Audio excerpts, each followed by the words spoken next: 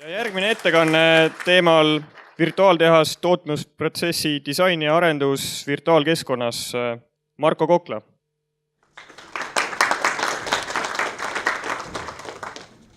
Tere minu poolt, 1, 2, 3, hääl olemas, jah? Aitäh! Nagu tootmises ikka juhtub asju, et tuleb ümber korraldada midagi, nii et ma sain ka just teada, et ma esinen natuke varem. Et tavaline tootmine nii ta on, jah. Täitsa tuksis, nagu tundub eelmist ettekannet kuulates, et mitmes null teil käsil on siis praegu. Aurumasinad on juba maha kantud vist, aga kuidas masstootmisega on? See oli teine 2.0, et kas Eestis on nagu sellist tõsist masstootmist mööblitööstuses? Jah, olete edasi jõudnud, 2.0 on tehtud või ei ole? Arvatavasti on 2.0 tehtud. Teadsite, vahel läksite 3. ja 4. peale, just. Et vähe pikem samm, eks ju, ja jõuab kiiremini edasi, aga samas, jah, ega kui elus nagu rõõmu tahad tunda, siis võib-olla tuleb rahulikult ja vaikselt võtta ja mitte ületähtsustada ainult sellist kiiret edu saavutamist. Tuleb nagu mõelda selle keskkonna üle, kus me täna oleme, millega me tegeleme, et mina olen oma elu jooksul nüüd 90. algusest tootmisega seotud olnud tootmisettevõtetega. Taust on masinatööstuses küll ja masinatööstusest edasi autotööstuses olnud võib-olla inimesed, kes teavad midagi masinatööstuse poole pealt, AQ lasertool algusest peale olen nagu üles ehitanud kuni 2009. aastani. Ja siis mul oli väga meeldiv võimalus võtta üks mööblitööstuse projekt Vendre grupist, tütarettevõttega ehitasime üles ühe välivoodi tehase ja sealt nüüd edasi on arenenud need asjad edasi ja mahud suuremaks ja järgmised tooted ja nii edasi, et konkreetselt puutusin siis kokku nii tekstiili kui mööbliga. Ja samas väga paljude ettevõtetega olen nüüd ka koostööd teinud, kes on puidu või mööblitööstuse poole peal abi vajanud ja selles mõttes on nagu meeldiv tõdeda, selleks ma olen ka täna siin tegelikult, et võib-olla mõningaid mõtteid teiega koos jagada. Ja tee peal täna sõitsin bussiga Tartu poole, võtsin aja maha ja mõtlesin, et tegelikult miks ma siis siin täna olen. Et kuna tootmisettevõtetega on nii palju kogemusi või koostööd nagu olnud alates 2005.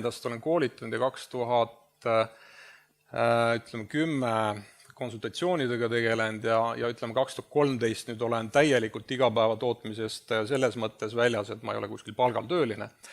Ma just tegin selle otsuse põhjuse sellega, et neid kogemusi jagada nagu paljude ettevõtetega. Et see on võib-olla printsiip, mida ma olen näinud Eestis, et on vajalik ettevõtetele see kindlustunne, et ma ei ole kuskil teise tooli peale istu või midagi tee. Et kui ma millegile pühendun, siis ma pühendun sellele ka nagu jäägitult. Ja minu eesmärk on nagu ettevõttel, kui ettevõttel on sama eesmärk, et saada sellest kasu, ja juhtub, ütleme siis nii, et ettevõte saab sellest kasu, siis ma küsin sellest ka raha. Et kui ettevõtte kasu ei saa, siis ma raha küsi. Mul on selline printsiip ka. Ja teisest küljest kunagi pole seda juhtunud, et ma ei küsi.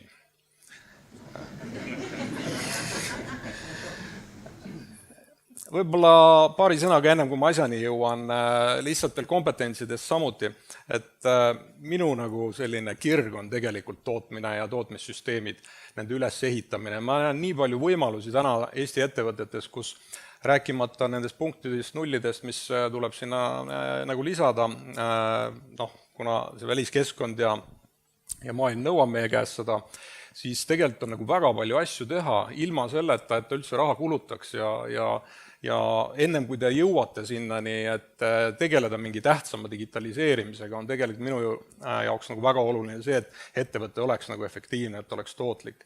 Rääkides sellest mööbliettevõttest oli sama lugu, me tõime teisest riigist selle ettevõtte ära, kus oli 75 töötajat, käive 4 miljonit, kahjum 0,5 miljonit on ju.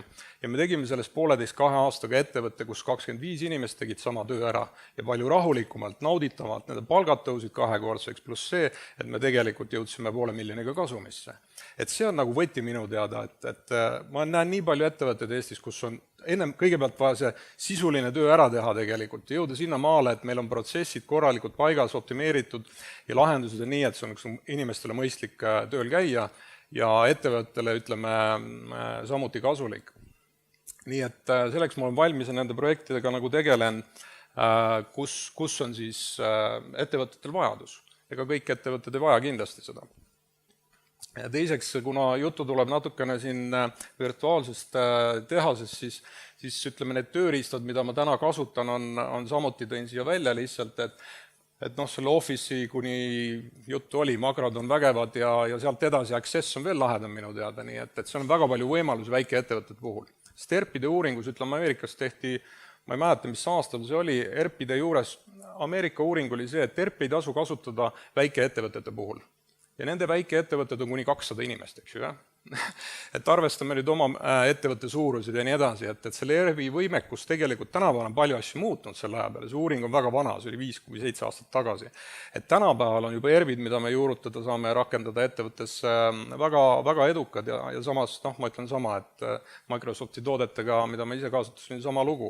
Aga võetes näiteks tööstuse programme, näiteks monitor või teine, seal on juba võimalik kasutada planeerimist reaalselt teha ressursside osas ja nii edasi, aga Microsofti toodetel ta on ikkagi nagu Office'i laadne toode, aga tal on palju enamat loomulikult seal asjade juures. Ja see selleks. Aga nende suurte andmete analüüsimine hakkab sellest, et me oskame ja teame ja saame aru, mida analüüsida. Et mina kasutan vaba tarkvara past selle jaoks, et väga hea luua erinevaid nagu seosed toodete vahel, saada aru, kui me teeme protsessi analüüsi, millised sarnasused on toodete puhul ja nii edasi, et teha tegelikult teadlikke otsuseid, kuidas toota ja kuidas planeerida asju ja nii edasi.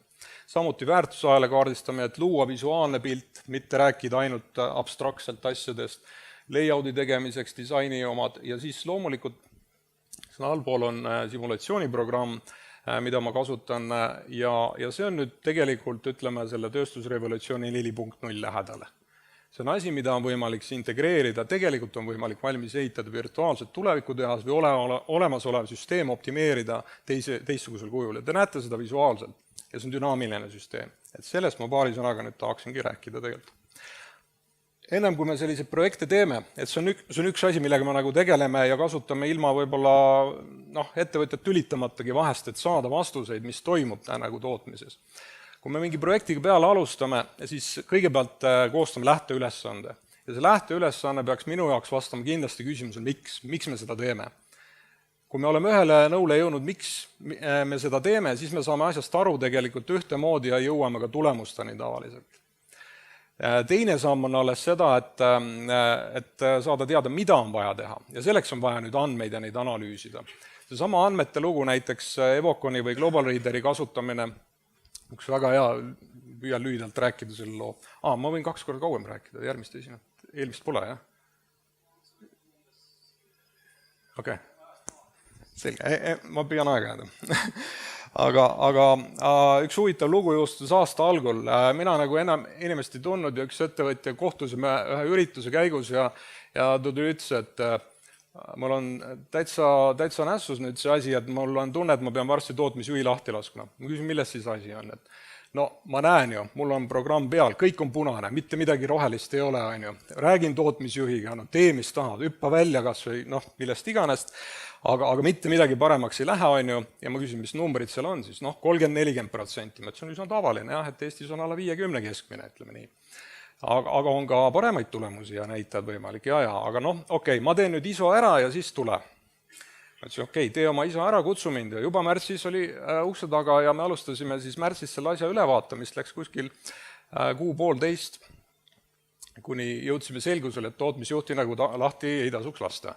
Asi oli lihtne, et ma panin sinna ühe põhjuse nagu juurde, ma panin sellise tööootel. Ja siis selgitasime kõigile, et tööootel tähendab seda, et kui teil ei ole nagu tellimust antud ette või teil ei ole materjali või ükstas kõik, mis on, ütleme, tugifunktsioonide poolt nagu tegemata, ja vaatame, kui palju seda osakaalu seal siis nagu punane on.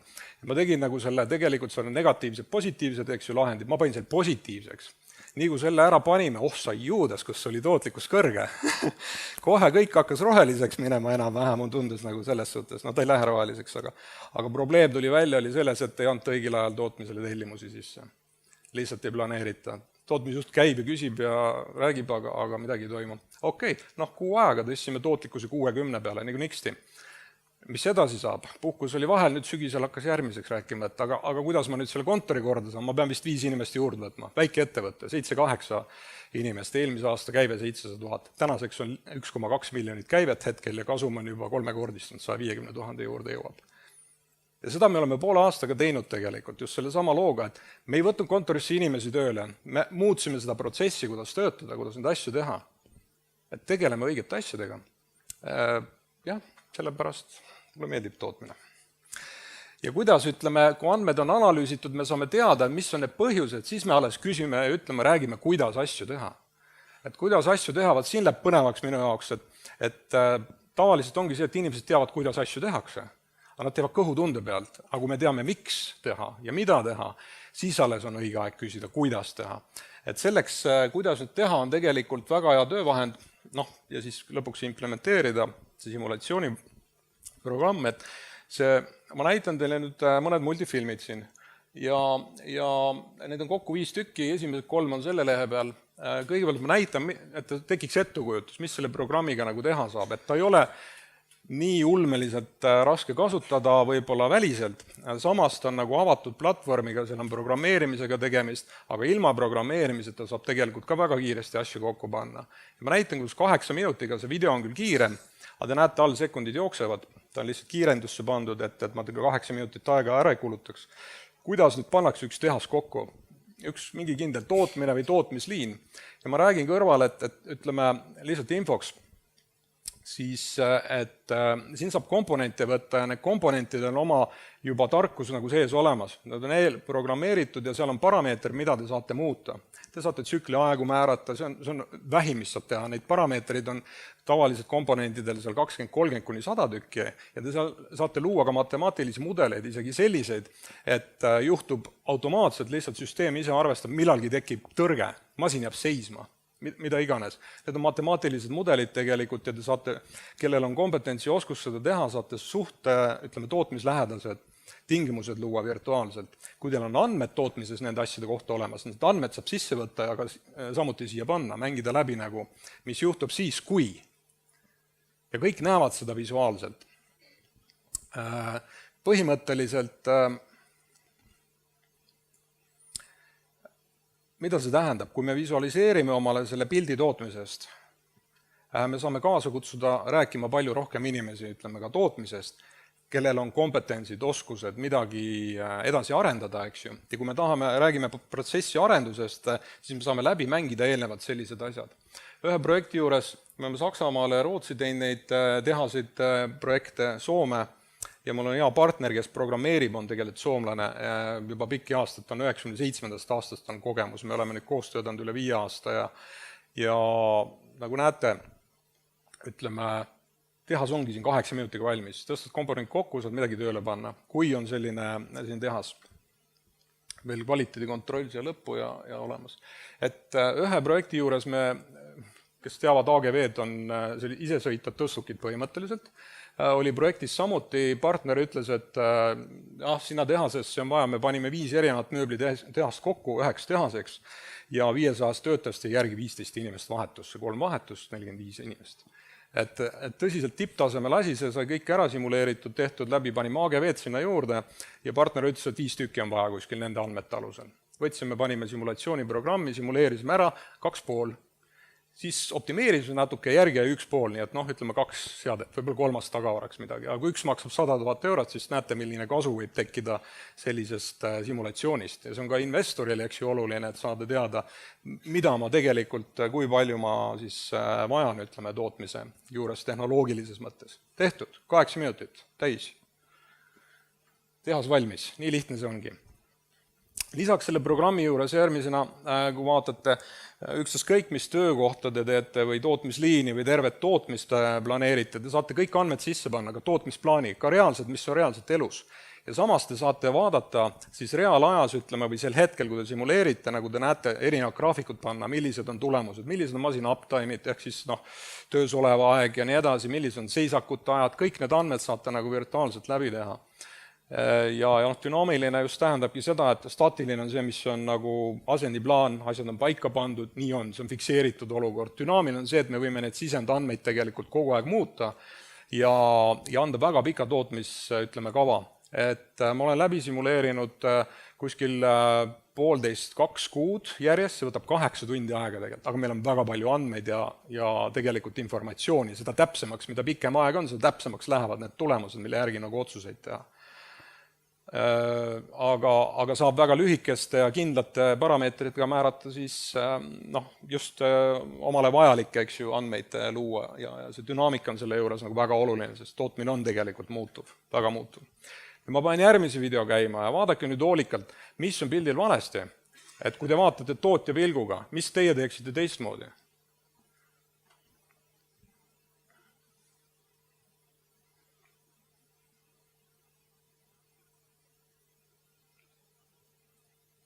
Nii. Reaalsest elust siis maha pildistatud. Operaator paneb rakisesse mingi detaili. Pöördrakis kasutatakse robotit ja robot siis teisel pool midagi teeb. On ta siis õmblus, keevitus või liimimine, ei oleks ju vahet. Operaator viib detailid.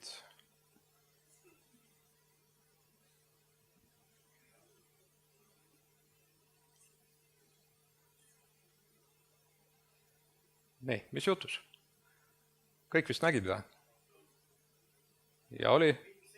Pink seisis? Jah. Täpselt. Ja miks ta seisis, me nägime ka põhjuse, eks ju tegelikult, et asjad vale koha peale tuleb viia ja nii edasi.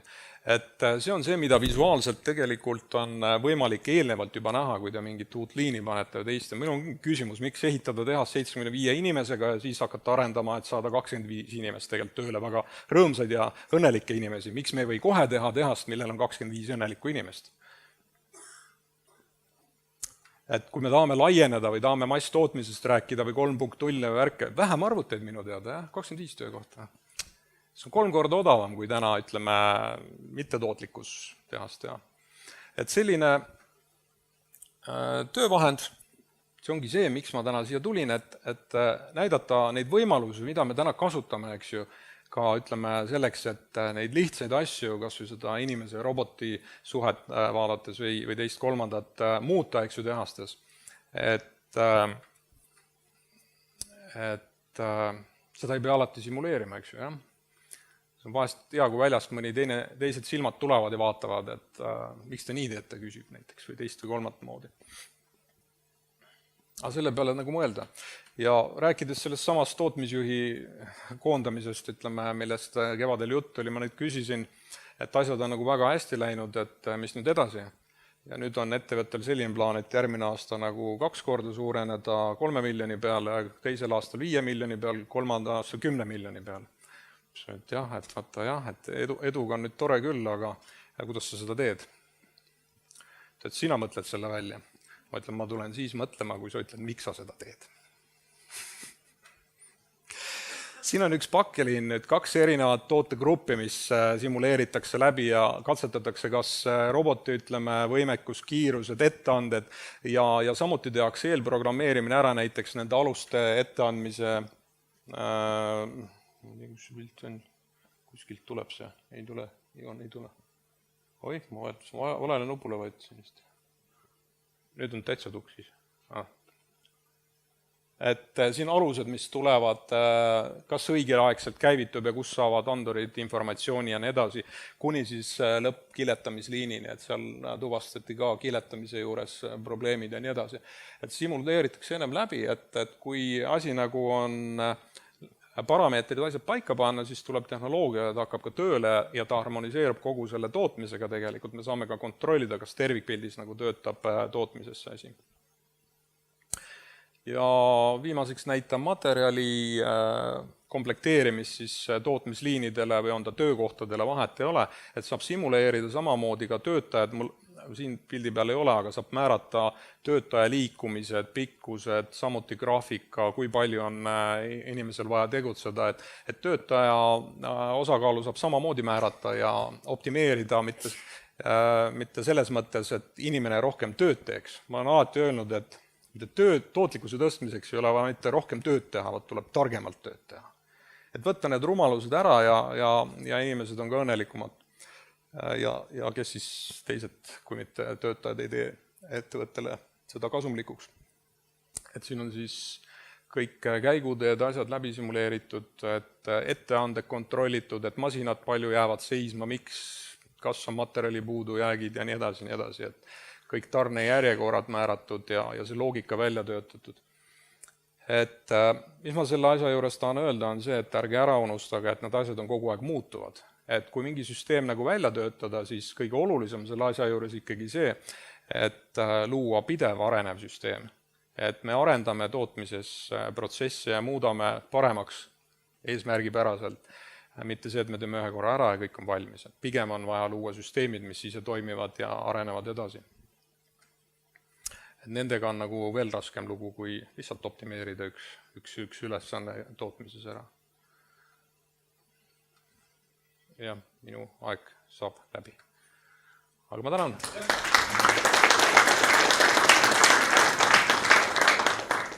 Küsimusi Markole.